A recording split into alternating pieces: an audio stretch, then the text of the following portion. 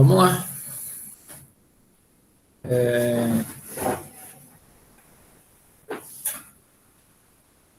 Então, hoje a gente vai falar, né, de exercício e caquexia. Como a gente tinha comentado ontem, né? Aí, hoje vamos tentar terminar sempre botando uns 10 minutos aí, porque daí o pessoal já tem a aula ali. Dá tempo de ir no banheiro, pelo menos.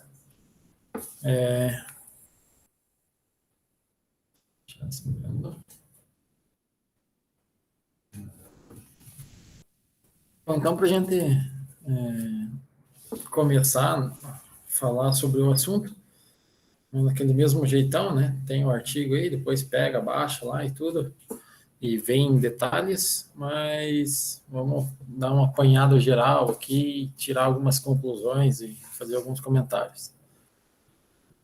Então, o início, né, a introdução, fala que o exercício, né, vem se tornando uma estratégia interessante e importante para atenuar, para auxiliar o tratamento da oncologia de uma maneira geral, né? Então, de diversos tipos de câncer, principalmente relacionado ao seu efeito colateral. Então, o câncer propriamente dito, alguns exercícios, alguns trabalhos ainda com exercício têm essa avaliação de o efeito do exercício propriamente dito no tumor e no alívio da questão tumoral, mas de maneira geral, o que é bem já mais documentado em relação aos efeitos colaterais do tratamento. E, no entanto, ainda há muitas falhas, muitas brechas, né, que ainda necessitam de mais estudos, de uma melhor compreensão para uma maior atuação, né, desse tipo de trabalho de reabilitação, de tratamento, né, nessa questão da oncologia.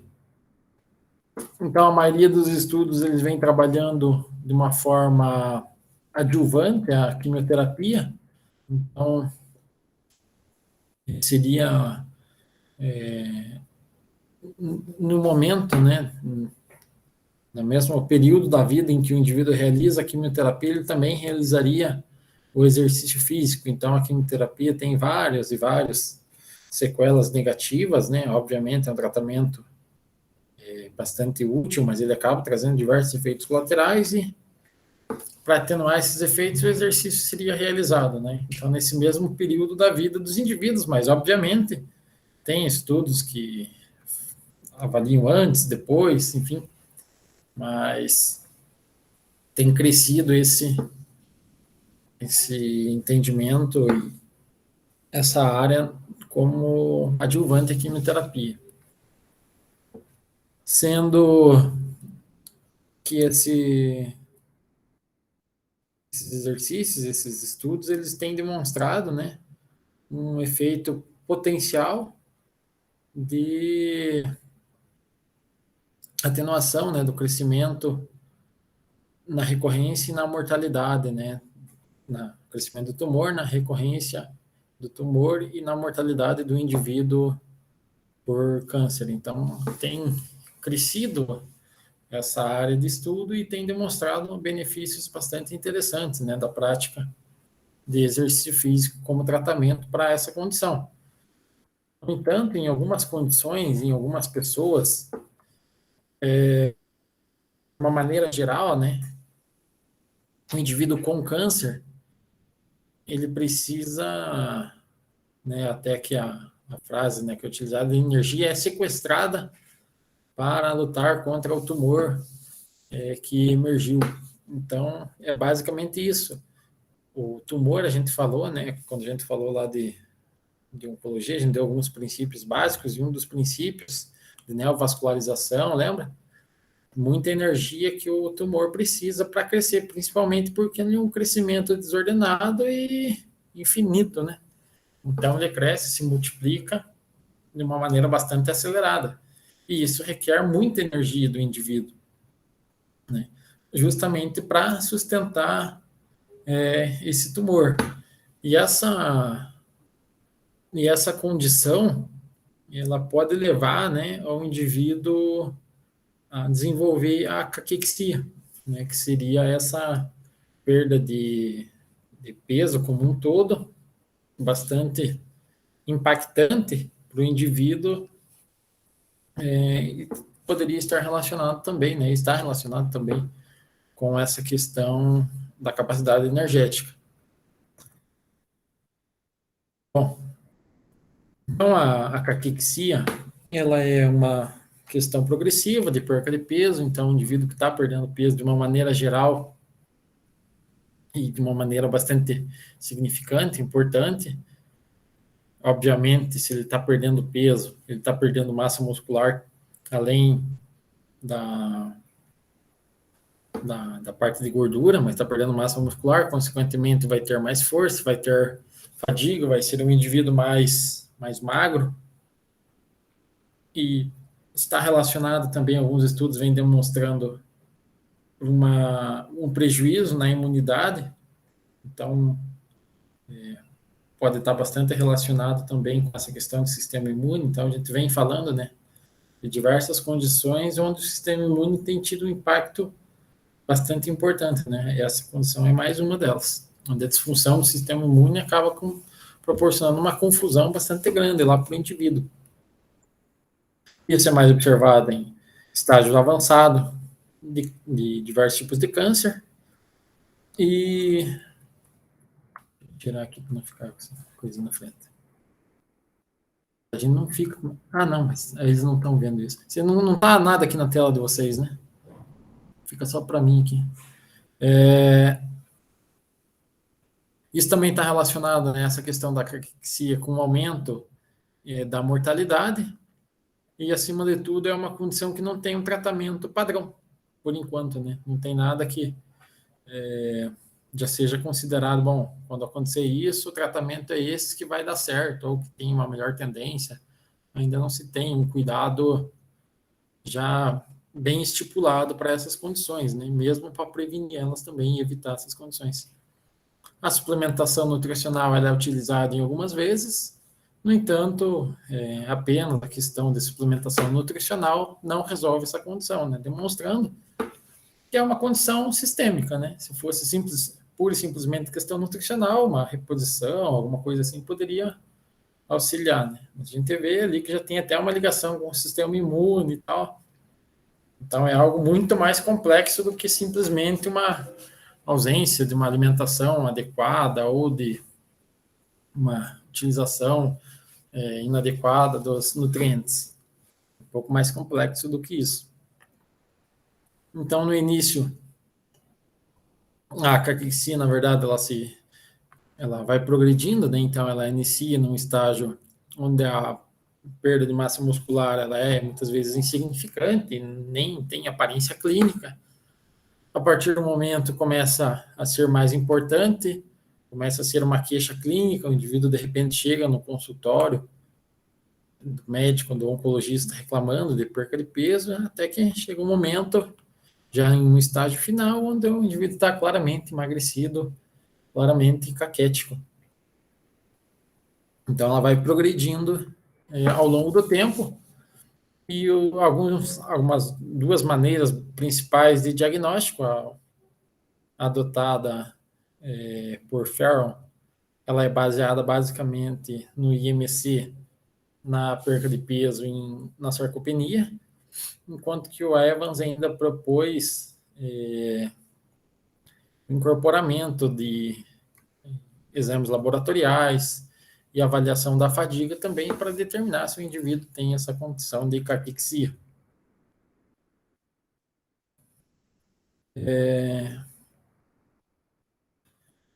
Bom, tá lá uma condição sistêmica relacionada à questão imune. Isso está relacionado também com o aumento daquelas citocinas pró-inflamatórias circulantes, que a gente tem também repetido e repetido várias e várias vezes, né? Proteína C reativa, interleucina 6, TNF-alfa, né? Tem se repetido, né? Então, são as citocinas pró-inflamatórias. em prejuízo da imunidade e tal. E aí tem uma breve explicação aqui do que seria um reparo após o exercício em indivíduos normais, então uma relação dos macrófagos M1, lembra quando a gente falou lá de M1 e M2, o M1 pró-inflamatório, M2 anti-inflamatório e tal. Então, o M1 acaba se proliferando, ou melhor, acaba interagindo com as células satélites e promovendo a proliferação das células satélites, até que isso se torne, ela vai se modificando ao longo do tempo ali na recuperação para uma característica anti-inflamatória, né? O M1 é pró-inflamatório, mas vai proliferando as células satélites para proporcionar o reparo, dando uma característica anti-inflamatória em um segundo momento, junto com os macrófagos M2, que por si só são anti-inflamatórios, são mais relacionados ao reparo, interagindo também com essas células satélites já diferenciadas, né? E promovendo o que a gente conhece, né? Pela adaptação muscular normal de um indivíduo que atleta, de um indivíduo igual vocês que vão na academia hoje lá e vão realizar um treino. Então, aquela teoria inflamatória já conhecida, e provavelmente todo mundo já viu alguma coisinha disso na graduação. No entanto, em indivíduos com caquexia, a gente falou anteriormente, né, que eles já apresentam níveis acentuados de inflamação, né? Então, ele já é inflamado por si só. Então, essa condição inflamatória por si só pode promover o quê? Uma dificuldade na questão do reparo. Então, uma adaptação não muito boa nessa situação de reparo tecidual, proporcionando o quê? Proporcionando muitas vezes, perda muscular e, consequentemente, para evitar esse tipo de problema, é necessário aqui um maior período de recuperação, né? Maior período de recuperação de série para série, de dia de treino para dia de treino, em relação à intensidade, muitas vezes vai precisar começar bem diminuída, ou vai ser diminuída ao longo do tempo, porque nos atletas, né, essa sobrecarga de treinamento, overtraining, né, que a gente acaba conhecendo, é, ele tá relacionado, né, a essa disponibilidade insuficiente de energia, muitas vezes por uma ingesta insuficiente de energia também. Então, quer dizer, muitas vezes o atleta, né, aquela velha história lá do Michael Phelps, né? O cara almoça 2 pacotes de macarrão, não é 2 pratos, mas 2 pacotes, pacote inteiro, né? 2 quilos de macarrão no almoço só. Daí come mais não sei o que, come mais não sei o que, come 12 mil calorias. Por que o cara precisa comer igual um animal? Porque ele precisa de energia, né? Então, em atletas, principalmente, essa condição de ingesta alimentar é muito importante.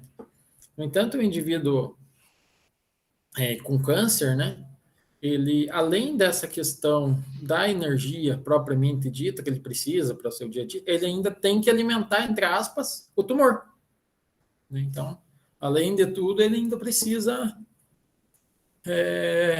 promover energia para o tumor, e daí você, na tua loucura, no teu, né, ainda quer botar o cara para fazer uns agachamentos, uma corridinha, um troço. Então, o cara precisa de energia por si só para sobreviver, né? Precisa de energia para suportar o tumor e precisa de energia para suportar o teu treino, né? Então, muitas vezes, isso acaba podendo ser perigoso no qual sentido?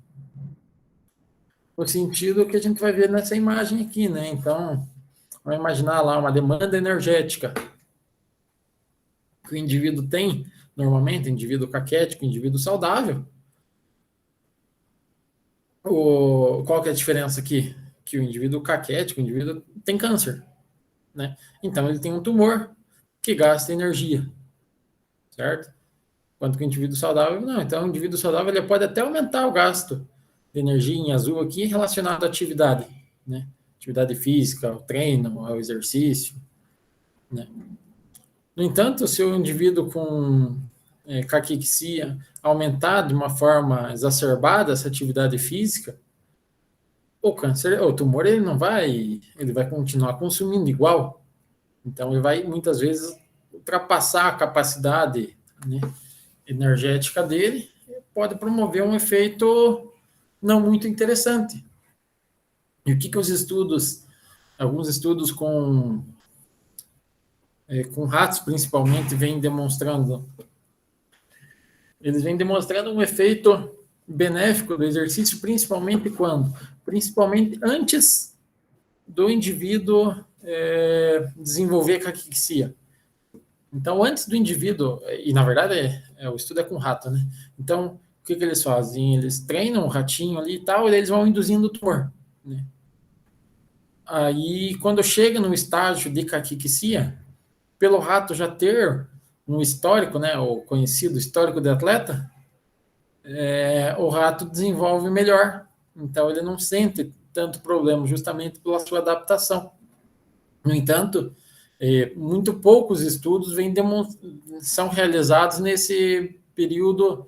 Bom, vou induzir o tumor, vou esperar a fase de caquexia e, posteriormente, vou iniciar o exercício no indivíduo totalmente sedentário, totalmente cru, né? Seria o rato, né? Totalmente sem uma prática anterior. Então, não se tem um grande conhecimento nesse sentido. Sabe-se o quê? Que, bom, provavelmente, se o indivíduo já tem histórico do atleta, né, já tem uma capacidade física, já vem aumentando, já vem se realizando e tal ao longo do tempo, mesmo com a piora em relação à clínica, né, com o desenvolvimento da caquexia, ele ainda consegue ter um retardamento desse processo, né, quando comparado ao indivíduo que não realiza. Só que, no entanto, se for para começar depois, ainda não se tem muita coisa para se falar. E daí aqui uma sugestão, né, desse grupo de pesquisadores seria realizar programas com monitoramento, com cautela, incluindo, né, principalmente indivíduos pré-caquexia, né, ou com caquexia. Então, quando você for fazer algum tipo de protocolo, né? Eles falam para ter essa cautela, ter essa monitorização, não simplesmente do exercício, mas também nutricional, para ter uma noção do que está rolando ali, né? Se você não está terminando de matar o cidadão, né? Bom, então, em relação ao efeito antitumoral, né, do exercício, como eu acabei comentando no início, né, tem alguns estudos que vem demonstrando esse efeito antitumoral e pode estar relacionado, né, justamente com essa capacidade energética aumentada. Então, quer dizer, um indivíduo que já era treinado, então ele já tem uma capacidade energética maior, então talvez isso esteja relacionado a uma melhor capacidade de combater o tumor. Como? Quer dizer, se eu tenho uma capacidade energética maior, então talvez eu tenha uma otimização do sistema imune, uma melhor chegada das células de defesa para combater esse tumor. Então, seria nesse sentido, não simplesmente o cara ser mais ativo, simplesmente combate o tumor aleatório, não. Seria uma otimização do sistema imune justamente para combater esse tumor. E que por si só, né, e essa é uma informação bastante interessante, o tumor aqui, ele pode chegar a um consumo absurdo aqui, ó. Não sei, onde é que tá a mãozinha aqui? Tá vendo a mãozinha lá? Não. Um consumo absurdo aqui de calorias. 1.400 quilocalorias por dia. Né? Então, quando você está tomando a tua Coca-Cola lá, né? Igual o João não está tomando a coquinha hoje, né? Ele olha lá no rótulo, né? Vê lá, né? Uma dieta baseada em 2.000, né, quilocalorias por dia. Que seria mais ou menos ali, né? O normal, assim, né? Uma média da população. Então, o tumor por si mesmo pode chegar, né, a questões extremas de consumir uma quantidade de calorias que chegue a 50% do que uma pessoa normal às vezes vai consumir. Então é extremamente absurdo. Não sei se vocês sabiam que era tão grande assim, mas se não sabia, estão sabendo agora. Pode chegar a valores extremos, né? Imagina. A gente falou, né? O tumor está consumindo ali, sei lá, uns 15% do que o Phelps consumia. Né? Doido, né? E é uma energia desperdiçada, né? Basicamente. Além disso, a condição de inflamação. Cadê? Ah, que quando fica a mãozinha lá, não fica aqui. Não fica assim. A condição de inflamação sistêmica também consome energia. Por quê? Porque a inflamação sistêmica ela não é simplesmente um acontecimento, né? Ela tem diversas proteínas, diversas células envolvidas, né? As células do nosso sistema imune. Então, elas consomem energia, né? Tudo que está acontecendo no nosso organismo consome energia. Então, se está acontecendo uma inflamação sistêmica e repetida, ela também está custando energia e pode chegar a um valor de 15%. Então, você já tem o tumor, você já tem a inflamação sistêmica e isso aí está consumindo energia. Isso aí está consumindo energia. Né? E, além de tudo, né, ainda pode ter também a condição do exercício físico. Então, você tem exercício, você tem inflamação, você tem tumor por si só consumindo energia. E aí vem a pergunta, né? Será que o exercício não pode ser prejudicial em algumas situações? Quer dizer, você está dando tanta demanda energética para o paciente que será que está suprindo? Será que ele tem a questão nutricional suficiente para realizar toda essa demanda? Daí alguém pode falar, mas o exercício não reduz lá a inflamação sistêmica, vive falando, não sei o quê, pode diminuir a questão tumoral? Sim, claro. Mas, de uma maneira geral, é aquilo, se diminui um pouco ali, aumenta um pouco lá, fica no 0 a 0, muitas vezes, né? Quer dizer, se você, para você diminuir de 15% para 5%, de 1.400 para 1.100, o que você não vai precisar colocar de exercício para você proporcionar esse aumento? Então, talvez possa ficar no 0 a 0. Principalmente, né? Principalmente se o exercício não é devidamente prescrito, né? Ou cuidadosamente seria a tradução mais correta, prescrito.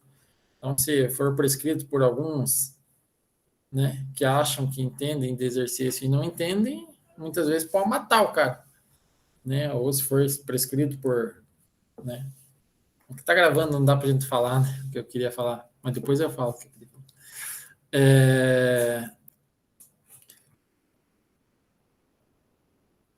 Então, aqui, deixa eu lembrar o que era. Que basicamente falando também um outro estudo com roedores, demonstrando essa redução das células TCD8 tumoral, sugerindo, né, essa redução da imunidade antitumor relacionado ao exercício físico, né, demonstrando que o quanto que o exercício pode estar relacionado a um efeito negativo, né? Então, quer dizer, o que eles demonstraram aqui? Demonstraram que o exercício, né?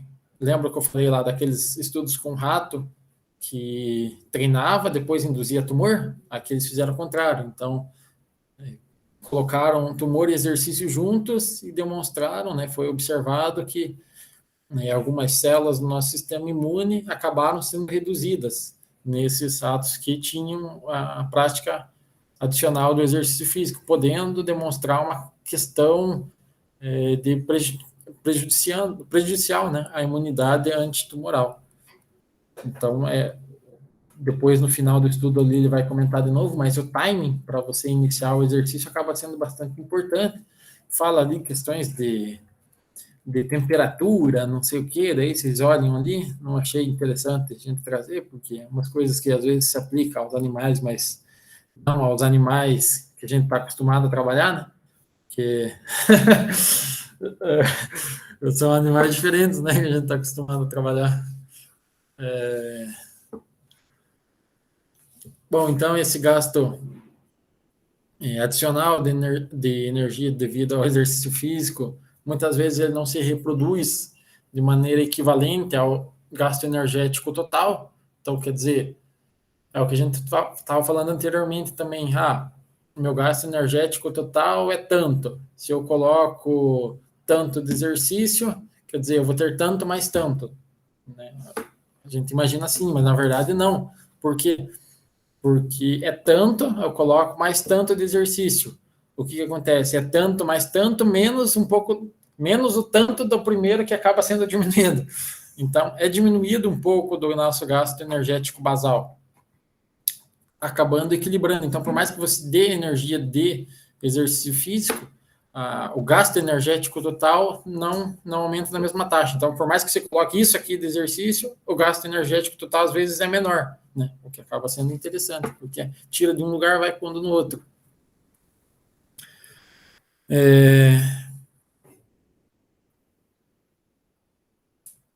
Deixa eu ver o que mais aqui. Alguns indivíduos com câncer têm um aumento súbito na demanda de energia devido aos níveis aumentados, né, de atividade física, e isso pode ter um efeito prejudicial também, né, para a questão de imunidade antitumoral devido a efeitos compensatórios. Então, esse é outro ponto também.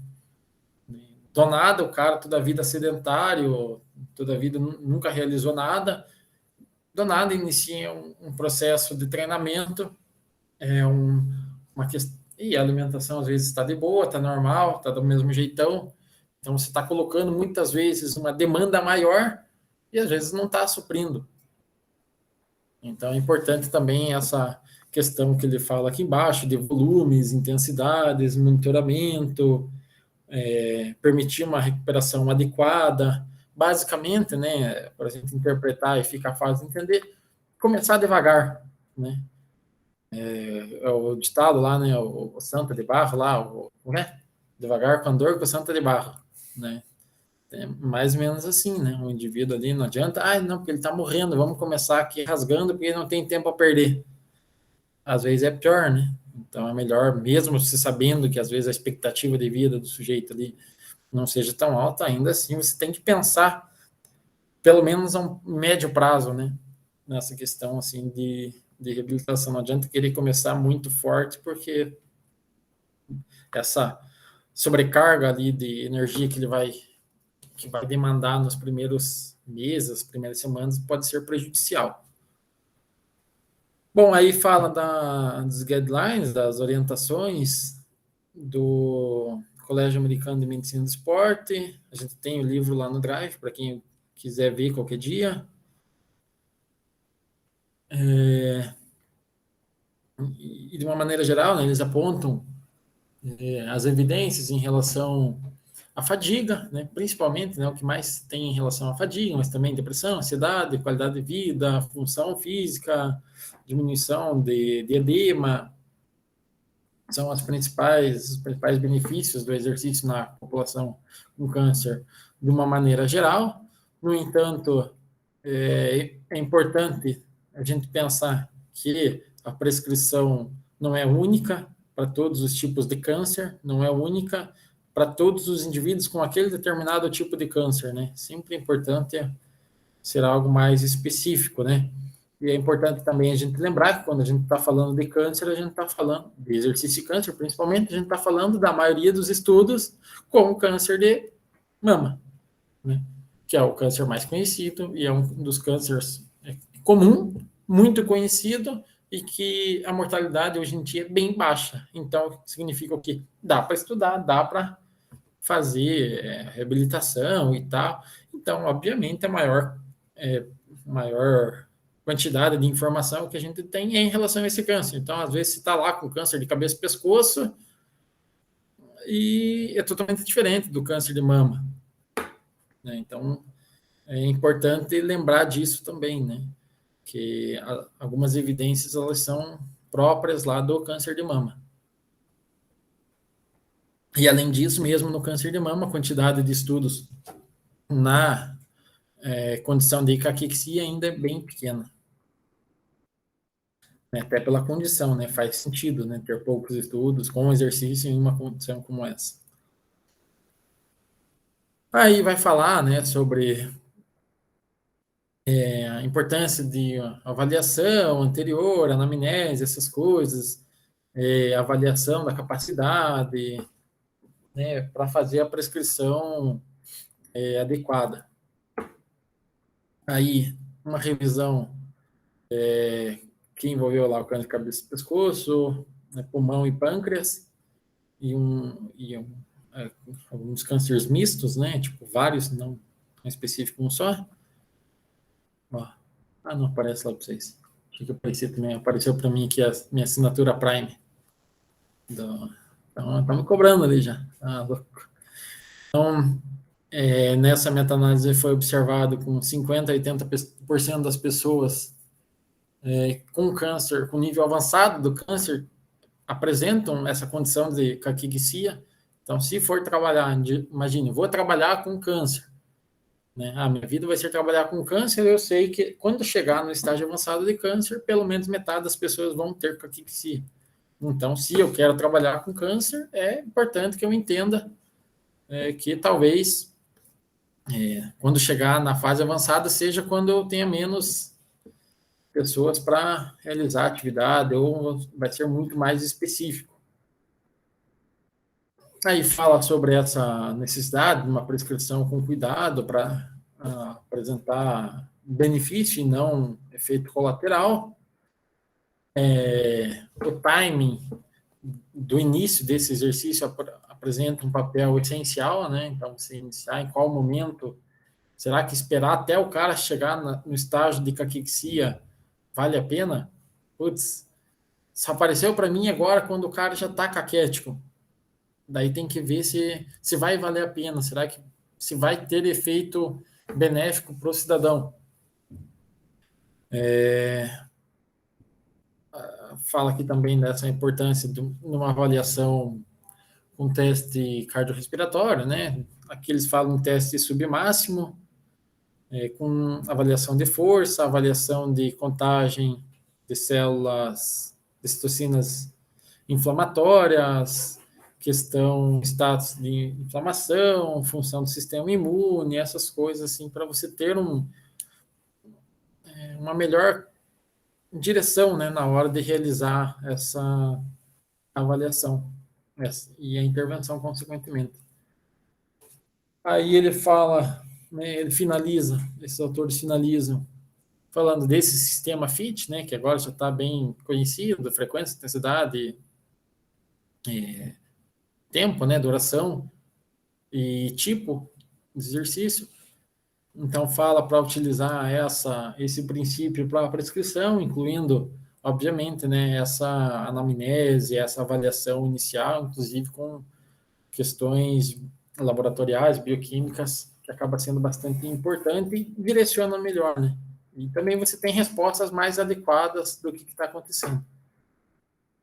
E mesmo com tudo isso sendo bastante, às vezes, podendo pensar, puxa vida, então não vale a pena fazer, é melhor não fazer. Não, o estudo termina sugerindo que não sugere que o exercício deve ser abandonado, que o exercício físico nessa condição deve ser evitado. Mas sim, essa revisão serve para quê? Para direcionar os profissionais, os clínicos, enfim, para pensar, bom, precisa pensar um pouco mais quando for trabalhar com câncer e caquexia, do que quando só trabalhar com câncer. Eu tenho conhecimento de câncer e exercício. Não é suficiente para o indivíduo com caquexia também. Preciso também entender a questão específica da caquexia para eu melhorar a minha prescrição, para eu obter benefícios com esses indivíduos. Então, tudo isso, né, que a gente falou ao longo da observação do estudo, parece, não, então melhor não fazer, vamos ficar aqui tranquilo. Não é assim que termina o estudo, não é assim que ele se conclui, e não é também a sugestão dos autores, mas sim uma maior atenção, né? Principalmente em pesquisas para justamente estabelecer essa segurança, né, do exercício, né? Com avaliação e prescrição individual, com questão nutricional envolvida também, muitas vezes, e principalmente se for necessário, né? Então é isso. É um tema diferente e com algumas implicações diferentes daquilo que a gente está acostumado a ver e muitas vezes a gente acaba